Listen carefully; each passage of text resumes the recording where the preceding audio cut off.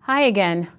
My name is Keisha Polluck, and I'm presenting the second module of the IRL HIA course.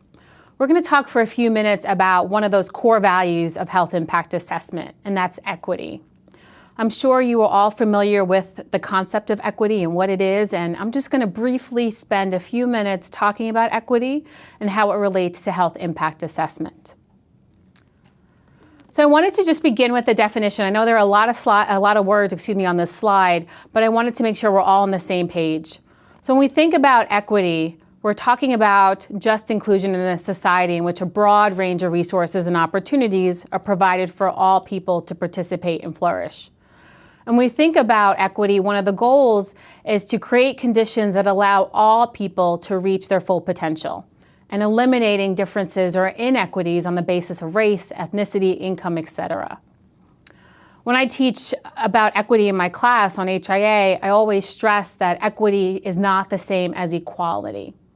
Equality is important. Equality provides every person with the same amount and type of resources, but equity recognizes that each person or each community does not start at the same place, and sometimes need different types and amounts of resources to achieve similar outcomes. There are a couple of images that I think displays this concept well. So this first one right here on the left side of the screen, or my left, is equality, where we see three individuals of different heights standing on a stoop or a bench of the same level. So it's equality, the concept equality, because those benches are all the same level. On the right side, though, we have equity, and that's displayed by seeing the small boy who's standing on more levels to be at the same height as the girl next to him who's on 2 levels, and the gentleman on the far side who's on 1 level. So again, we have given different amounts to each of these individuals to get them all to the same level. This image I really like. It's from the Robert Wood Johnson Foundation that I think just emphasizes this point further. So the top figure is about equality, where we see individuals all on essentially the same bike to provide them access, for example, maybe to bicycling, and if we think about built environment. And so we see that the small boy or child on the right side is really struggling to ride that bicycle because it looks like it's too big. And then the individual who's right next to the person in the wheelchair, that bicycle's too small and they're sort of bent over.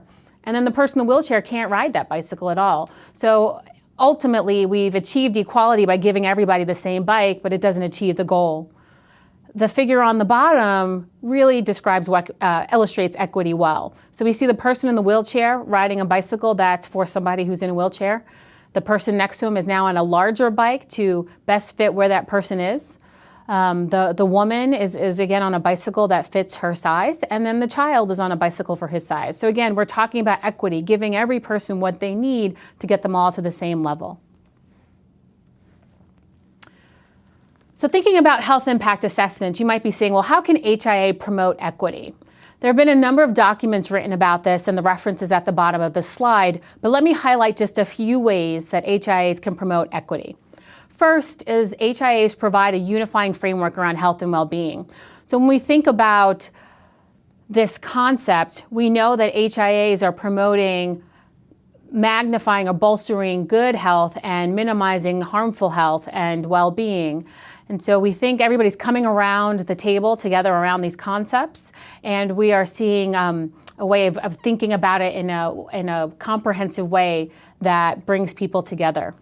The second way HIAs can promote equity is through the research. So HIAs provide a robust research and research-informed recommendations. And as part of this research, we're going to talk about the assessment phase. We're highlighting how population health and how certain groups could be disproportionately affected by the decision.